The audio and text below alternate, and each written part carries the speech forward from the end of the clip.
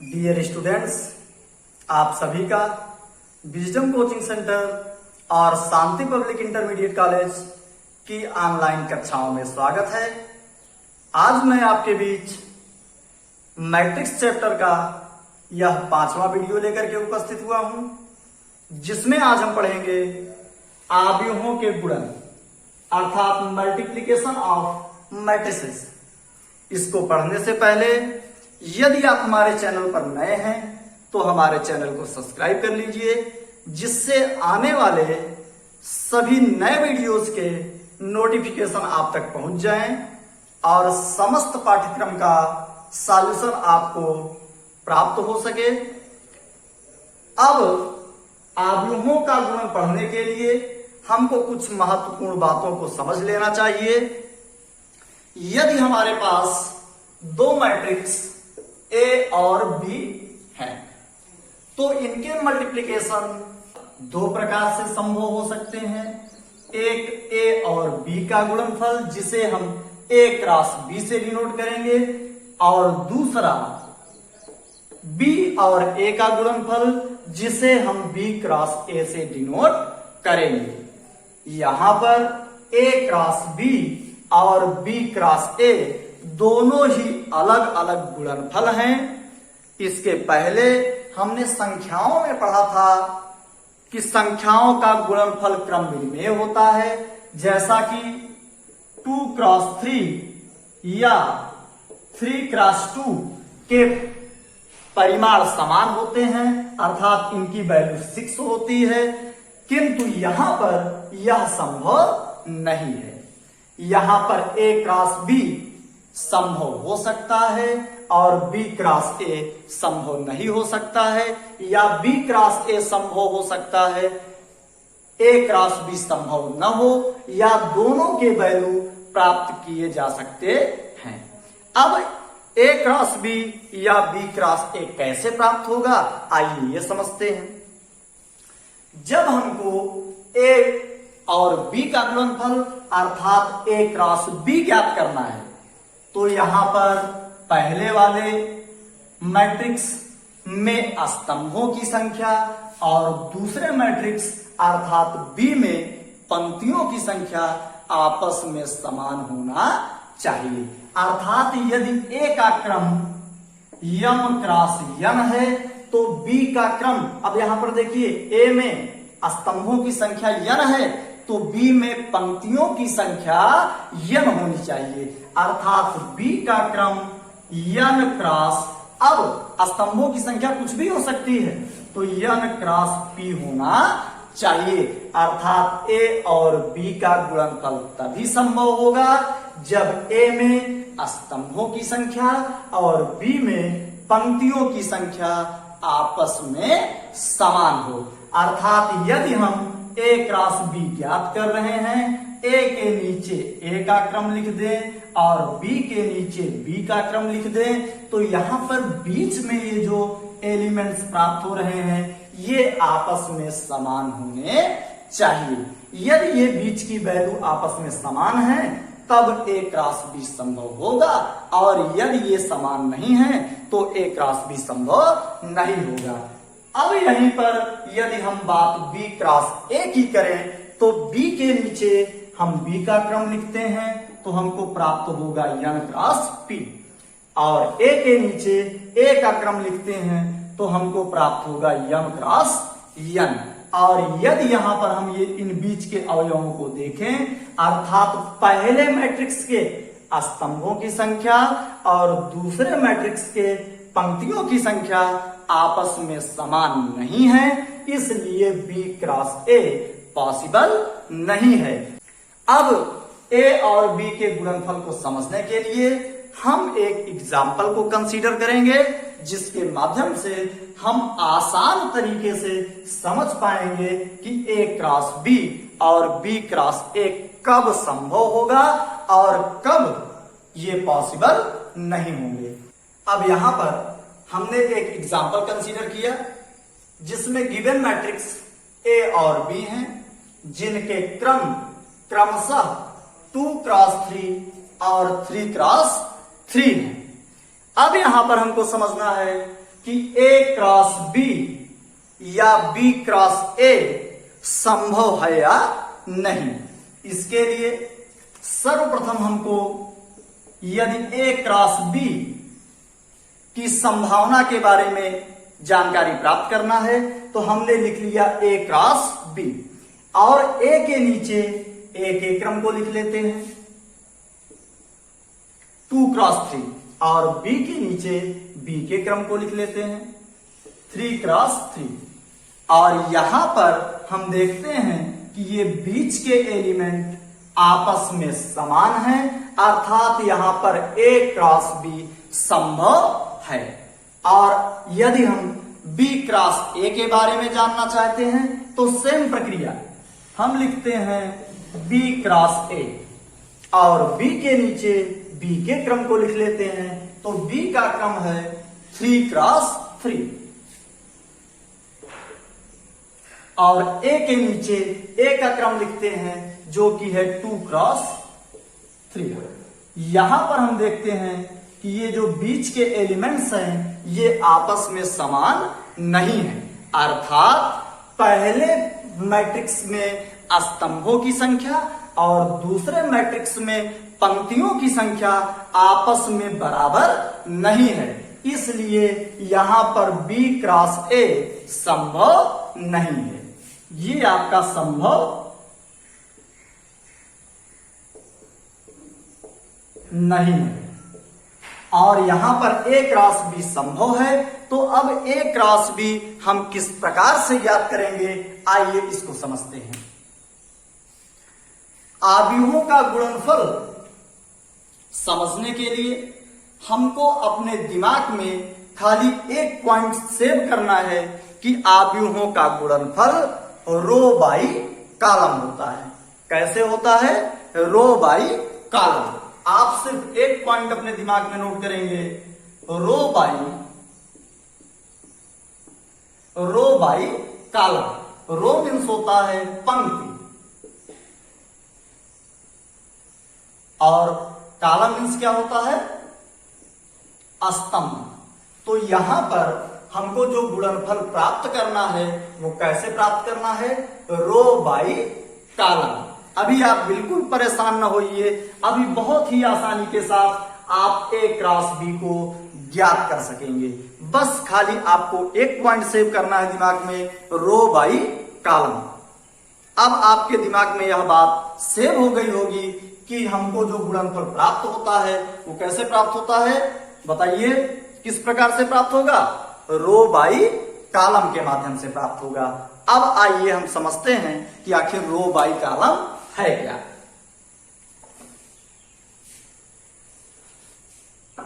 यहां पर हमको A क्रॉस B ज्ञात करना है, तो सबसे पहले A के वैल्यू को यहां पर नोट कर लीजिए, अर्थात मैट्रिक्स A को यहां पर हम लिख लेंगे। अब यहां पर हमने लिख लिया 1 2 3 3 4 5 और बीच में हमने क्रॉस लगा दिया। फिर B मैट्रिक्स को आप लिख लीजिए, तो B मैट्रिक्स है 2 3 1 5 4 3 2 1 1। इस प्रकार हमने A और B मैट्रिक्स को यहां पर लिख लिया। अब हमने क्या बताया कि दो मैट्रिक्स का गुणनफल कैसे प्राप्त होगा? रो बाई कॉलम। तो हमने रो पहले कहा, अर्थात पहले मैट्रिक्स से हमको रो को कंसीडर करना है और दूसरे मैट्रिक्स से फिर हमने क्या कहा? रो बाई कॉलम, अर्थात पहले मैट्रिक्स से रो हमको कंसीडर करना है। रो मीन्स पंक्तियां, अर्थात इस प्रकार से, और बाई कॉलम अर्थात दूसरे मैट्रिक्स से हमको स्तंभों को कंसीडर करना है, अर्थात इन ऊर्ध्वाधर रेखाओं को हमको कंसीडर करना है। और इनका गुणनफल प्राप्त कैसे होगा?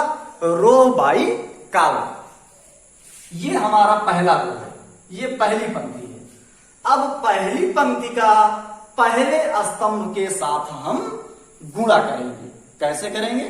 संगत अवयवों के गुणा करेंगे। तो अब यहां पर ये हमारी पहली पंक्ति है और ये पहला स्तंभ है। अब हम समझ लेते हैं कि ये जो पंक्ति है इसके बगल में इस प्रकार से ऐसे है, तो यहां संगत अवयव कौन सा हो जाएगा? इस पंक्ति का पहला अवयव 1 के साथ किसका गुणा होगा? 2 का, और 2 के साथ किसका गुणा होगा?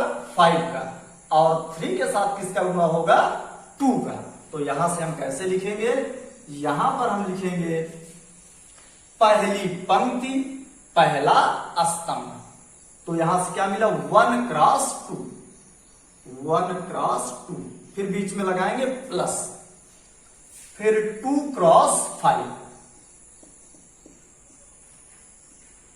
फिर लगाएंगे प्लस, फिर 3 क्रॉस 2, 3 क्रॉस 2।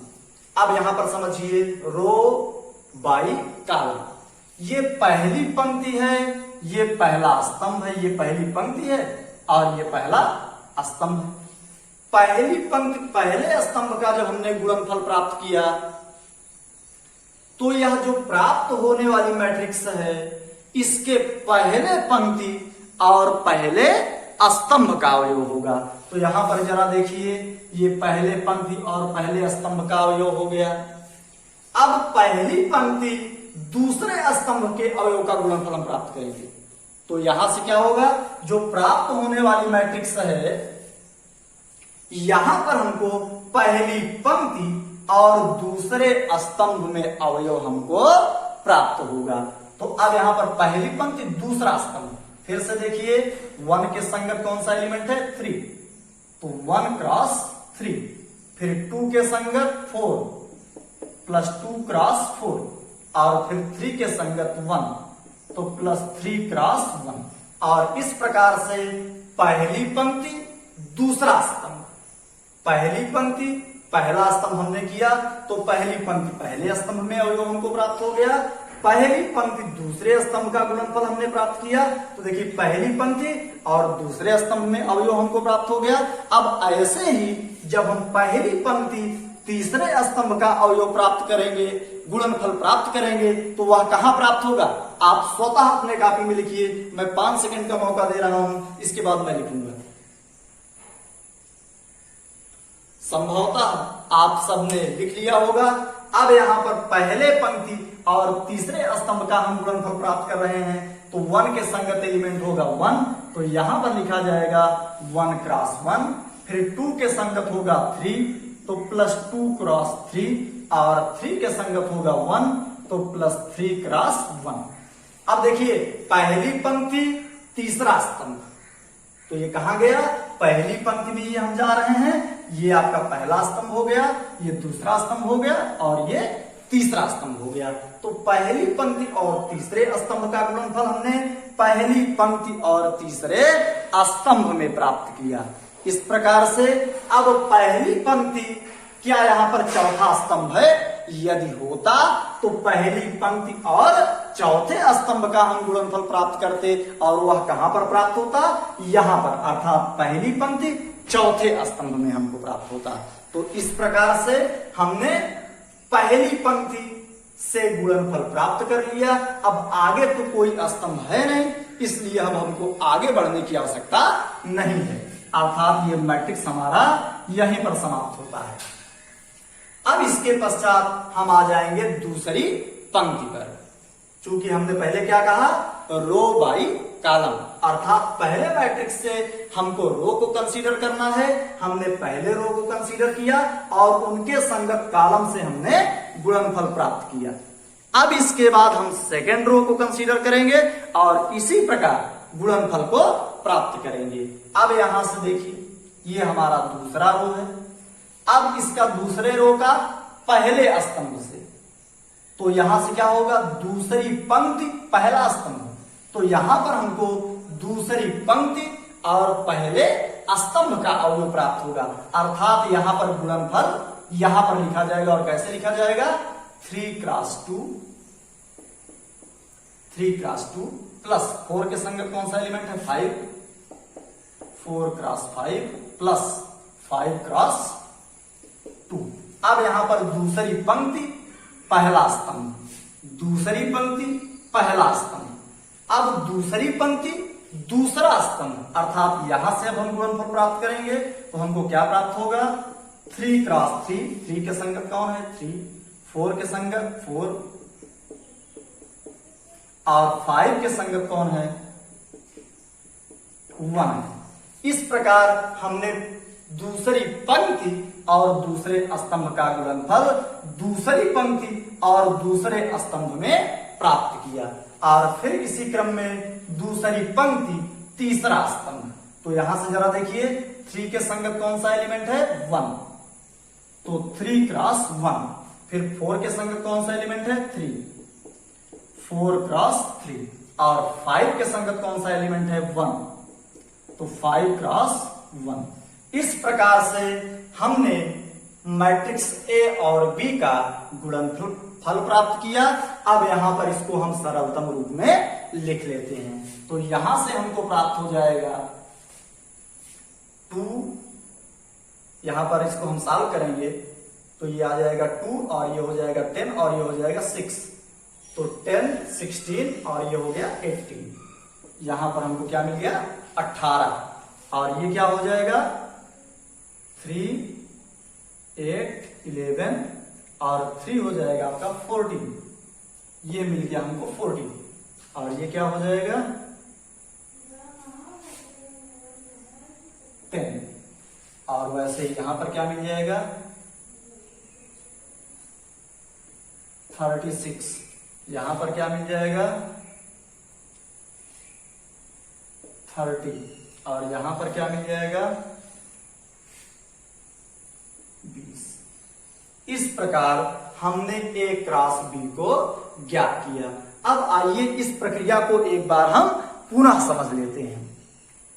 हमने आपको बताया कि जब हम दो मैट्रिक्स का गुणनफल प्राप्त करते हैं तो सबसे पहले हमको यह देखना होगा कि इनका गुणनफल संभव है या नहीं, जिसके लिए हम क्या करेंगे, यदि हम ए क्रॉस बी ज्ञात कर रहे हैं, ए क्रॉस बी ज्ञात कर रहे हैं तो ए के नीचे ए का क्रम और बी के नीचे बी का क्रम लिख लेते हैं। और जब बीच के एलिमेंट आपस में समान हो गुणनफल तभी संभव होगा। तो यहां पर ए और बी का गुणनफल संभव है जिसको हमने यहां पर प्राप्त किया, तथा बी क्रॉस ए का गुणनफल संभव नहीं है।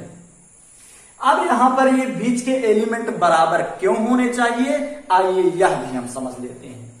यहां पर हम गुणनफल प्राप्त करते हैं रो बाई कॉलम। अब समझिए इस रो में अवयवों की संख्या 3 है, अर्थात इस मैट्रिक्स में स्तंभों की संख्या 3 है, अर्थात ये एलिमेंट। और यहां पर दूसरे मैट्रिक्स के स्तंभ में अवयवों की संख्या 3 है। तो अब जब इनका हम संगत गुणनफल कराएंगे तो 1 के संगत 2 मिला, 2 के संगत 5 मिला और 3 के संगत 2 मिला। यदि यहां पर एक अवयव और भी होता तो इस 7 का गुणनफल हम किससे करवाते, अर्थात यह 7 बचा रह जाता और गुणनफल संभव नहीं हो सकता था। इसलिए यहां पर स्तंभों की संख्या अर्थात इन एलिमेंट्स की संख्या और यहां पर पंक्तियों की संख्या अर्थात स्तंभ में अवयवों की संख्या आपस में बराबर होनी चाहिए। और यही कारण है कि यहां बीच के एलिमेंट्स को बराबर होना चाहिए। अब यहां से इस गुणन प्रक्रिया को हम आगे समझते हैं। तो हमने यहां पर पढ़ा कि गुणनफल होता है रो बाई कॉलम। पहली पंक्ति पहले स्तंभ का गुणनफल पहली पंक्ति पहले स्तंभ में प्राप्त हुआ, पहली पंक्ति दूसरे स्तंभ का गुणनफल पहली पंक्ति दूसरे स्तंभ में प्राप्त हुआ, पहली पंक्ति तीसरे स्तंभ का गुणनफल पहली ही पंक्ति में ये तीसरे स्तंभ में हमको प्राप्त होता है। अब यदि यहां पर चौथा स्तंभ होता तो पहली पंक्ति और चौथा स्तंभ हम यहां पर लिखते, लेकिन यहां पर है नहीं, इसलिए अब पहली पंक्ति का कार्यक्रम यहीं पर समाप्त होता है और अब हम पहुंचते हैं दूसरी पंक्ति के पास और फिर से कार्यक्रम हमको वैसे ही करना है रो बाई कॉलम। दूसरी पंक्ति पहला स्तंभ, तो ये देखिए दूसरी पंक्ति पहले स्तंभ का गुणनफल, हमने दूसरी पंक्ति, ये हमारी दूसरी पंक्ति हो गई, तो दूसरी पंक्ति पहले स्तंभ में प्राप्त किया और फिर दूसरी पंक्ति दूसरा स्तंभ ये प्राप्त हुआ और दूसरी पंक्ति तीसरा स्तंभ पर हमको यहां पर प्राप्त होता है और इसको सरलतम रूप में लिखते हैं तो इस प्रकार से हमको A क्रॉस B प्राप्त होता है। अब ऐसे ही हमको समझना है क्या A क्रॉस A पॉसिबल है। यहां पर जो हमने एग्जांपल लिया है क्या यहां पर A और A का गुणा संभव है, अर्थात A स्क्वायर जिसको हम कह सकते हैं, क्या यहां पर A स्क्वायर पॉसिबल है, अर्थात A क्रॉस A पॉसिबल है। तो इसके लिए हमको क्या करना है, इनके क्रम को इनके नीचे लिख लेना है। तो A का क्रम क्या है 2 क्रॉस 3 और फिर A का क्रम तो वही रहेगा, तो यहां से मिल जाएगा 2 क्रॉस 3। अब जरा देखिए क्या बीच के एलिमेंट्स इक्वल हैं, समान हैं। यहां पर बीच के एलिमेंट्स समान नहीं है, अर्थात A क्रॉस A संभव नहीं हो सकेगा।